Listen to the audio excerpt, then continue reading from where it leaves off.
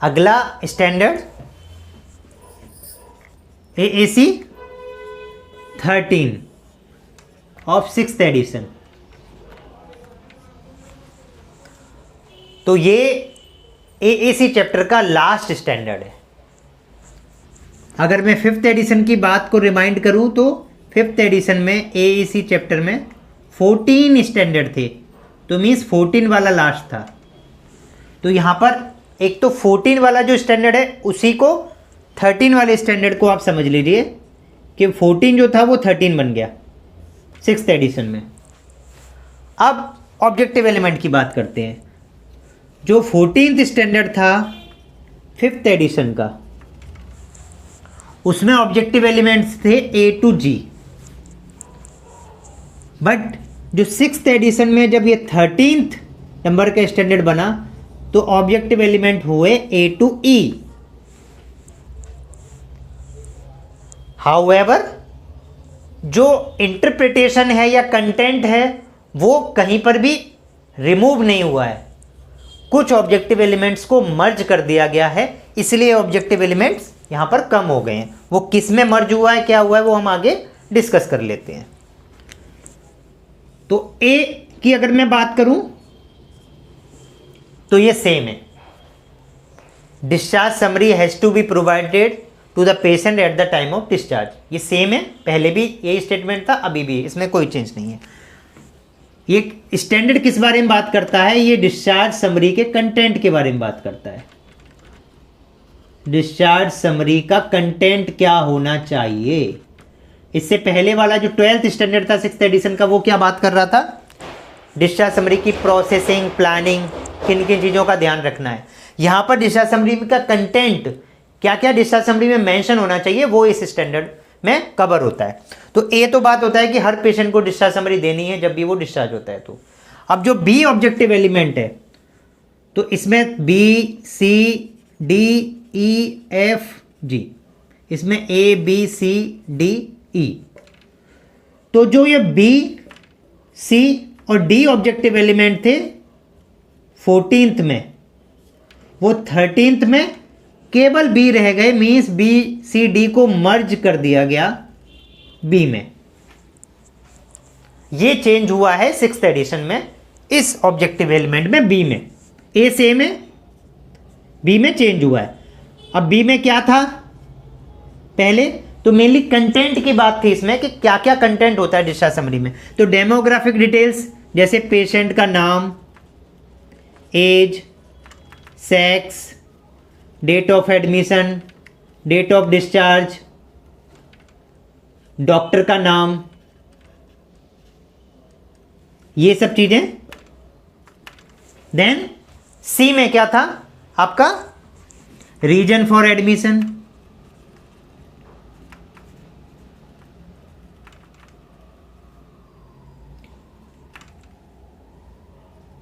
Diagnosis,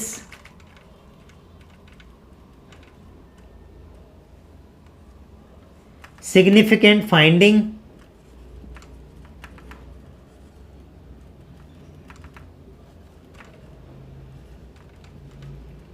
and patient का condition at the time of discharge, ये चीज। एंड डी इन्वेस्टिगेशन रिजल्ट्स,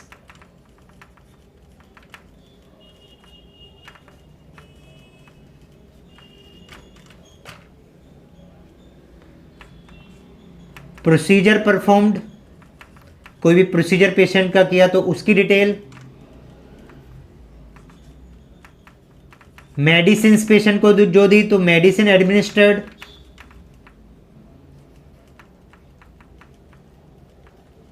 उसकी detail, any other treatment given,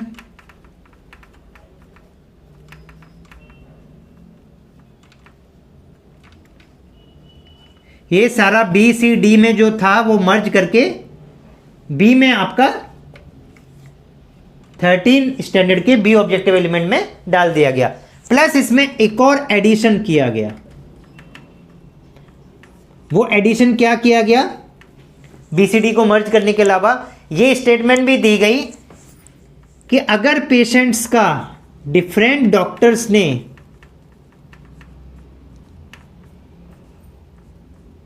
consultation किया है,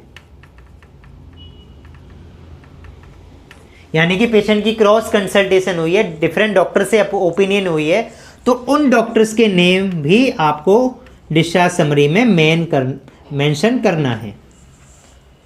clear? तो जो डिफरेंट डॉक्टर्स ने पेशेंट्स को ट्रीट किया है, क्रॉस कंसल्टेशंस हुई हैं, तो उन डॉक्टर्स के नाम भी आपको डिस्चार्ज समरी में ऐड ऑन करने हैं। ये इस बी ऑब्जेक्टिव एलिमेंट में ऐड ऑन हुआ है बीसीडी के मर्ज होने के अलावा। अब सी ऑब्जेक्टिव एलिमेंट, क्योंकि बीसीडी मर्ज हो गए तो जो ई जो था वो सी बन गया,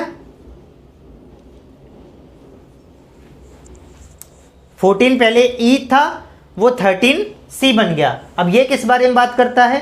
ये बात करता है पेशेंट को फॉलोअप एडवाइस, पेशेंट को कब दिखाने आना है डिस्चार्ज के बाद, medications and other instruction in understandable manner.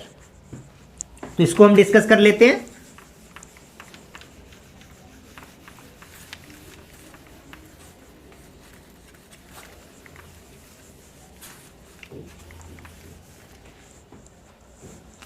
तो फॉलोअप एडवाइस,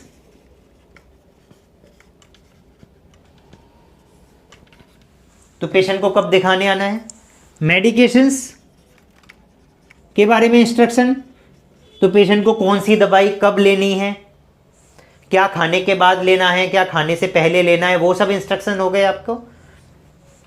और इसमें इस चीज़ का ध्यान रखना है कि एब्रीविएशंस यूज ना करें, बीडी टीडीएस इस टाइप के जो पेशेंट के समझ में नहीं आते हैं, इस चीज़ का ध्यान रखना है। अदर इंस्ट्रक्शंस,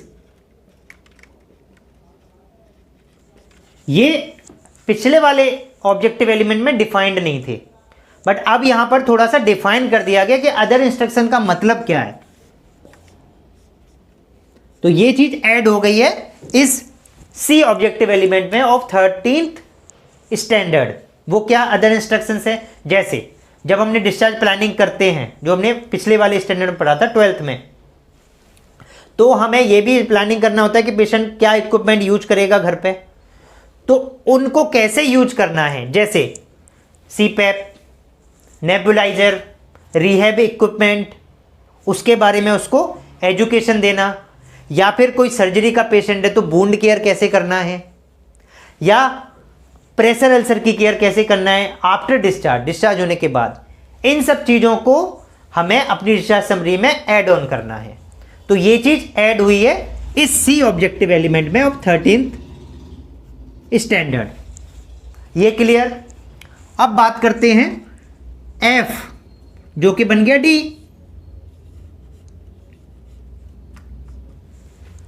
ये क्या ऑब्जेक्टिव एलिमेंट था? When and how to obtain urgent care, इसके बारे में था ये। तो ये ऑब्जेक्टिव एलिमेंट जैसे पहले था अभी भी लगभग सेम ही है, थोड़ा सा पॉइंट ऐड ऑन हुआ है इसमें। When and how to obtain urgent care, जैसे मैंने पहले भी बताया था सेम, किस किस कंडीशन में पेशेंट को इमीडिएटली हॉस्पिटल को कांटेक्ट करना है, और कांटेक्ट नंबर भी उस डिस्चार्ज समरी में मेंशन हो, इस चीज का ध्यान रखना है। प्लस 6th एडिशन में इस ऑब्जेक्टिव एलिमेंट डी में एक और चीज ऐड ऑन हुई है, वो ये है कि एक तो पोस्ट ऑफ पेशेंट है या एट रिस्क कोई पेशेंट है जो हमने आइडेंटिफाई किया होगा डिस्चार्ज की प्लानिंग के टाइम पर ही, उस पेशेंट का फॉलोअप भी हमको लेना है।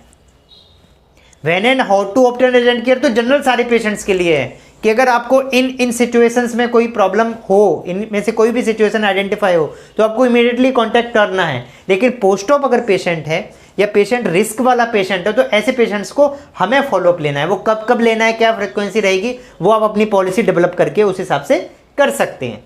तो ये चीज़ एड ऑन हुई है इस ऑब्जेक्टिव एलिमेंट में। क्लियर? एक और चीज़, ये जो ऑब्जेक्टिव एलिमेंट है डी, ये पहले अचीवमेंट लेवल का था, मीन्स इस कैटेगरी में आता था, अब ये कमिटमेंट कैटेगरी में आ गया है। ये चेंज हुआ है 6th एडिशन में। एक मैं ऑब्जेक्टिव एलिमेंट भूल गया, जो 12th स्टैंडर्ड का जी था, उसकी भी कैटेगरी चेंज हुई है, बताना भूल गया मैं आपको। वो पहले जो था वो एक्सीलेंस लेवल में था, लेकिन जो 6th एडिशन है उसमें वो 12th स्टैंडर्ड जी जो है वो अब किस कैटेगरी में आ गया है, वो कमिटमेंट कैटेगरी में ही आ गया है। तो इसको आप 12th स्टैंडर्ड वाली क्लास में अपडेट कर लीजिएगा। अब इसका लास्ट ऑब्जेक्टिव एलिमेंट पे जाते हैं हम, G2E। जी था 14th standard of 5th addition, E बन गया है 13th standard of 6th addition.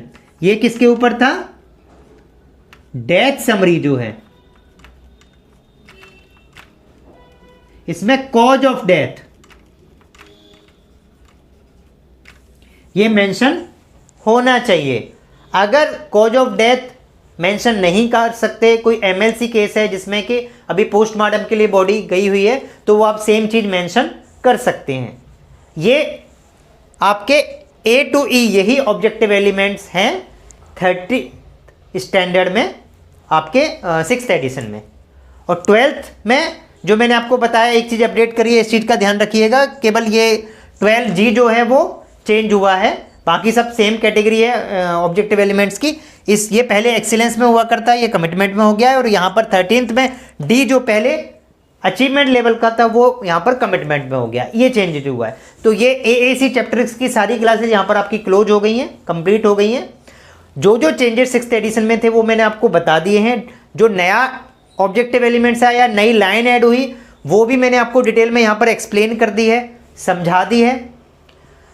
इसको और डिटेल में समझाने के लिए मैंने उन क्लासेज को जो मैं ऑलरेडी पढ़ा चुका हूँ, उन चीज़ों को देखने के लिए आपको 5th एडिशन की क्लासेस देखनी होंगी। तो वो क्लास और ये क्लास आप कंबाइंड देखेंगे तो आपको कंप्लीट इंफॉर्मेशन मिल जाएगी। 12th वाला जो जी था वो डिस्चार्ज टाइम के ऊपर था, डिस्चार्ज टाइम ट्रैकिंग के ऊपर। तो वो ऑब्जेक्टिव एलिमेंट को आपका, इसलिए मैंने आपको बता दिया यहाँ पर एक्सीलेंस से कमिटमेंट मीन्स ये आपका हर बार इंस्पेक्शन में चेक होगा, तो इसलिए इसका ध्यान रखिएगा। पहले ये एक्सीलेंस कैटेगरी में था जो कि रिन्यूअल के टाइम पे देखा जाता था, अब ये फर्स्ट टाइम भी अगर आप इंस्पेक्शन करा रहे हैं NABH की अंडर SCO कैटेगरी, तो आपका ये स्टैंडर्ड ऑब्जेक्टिव एलिमेंट जरूर देखा जाएगा। क्लियर? चलिए, थैंक यू।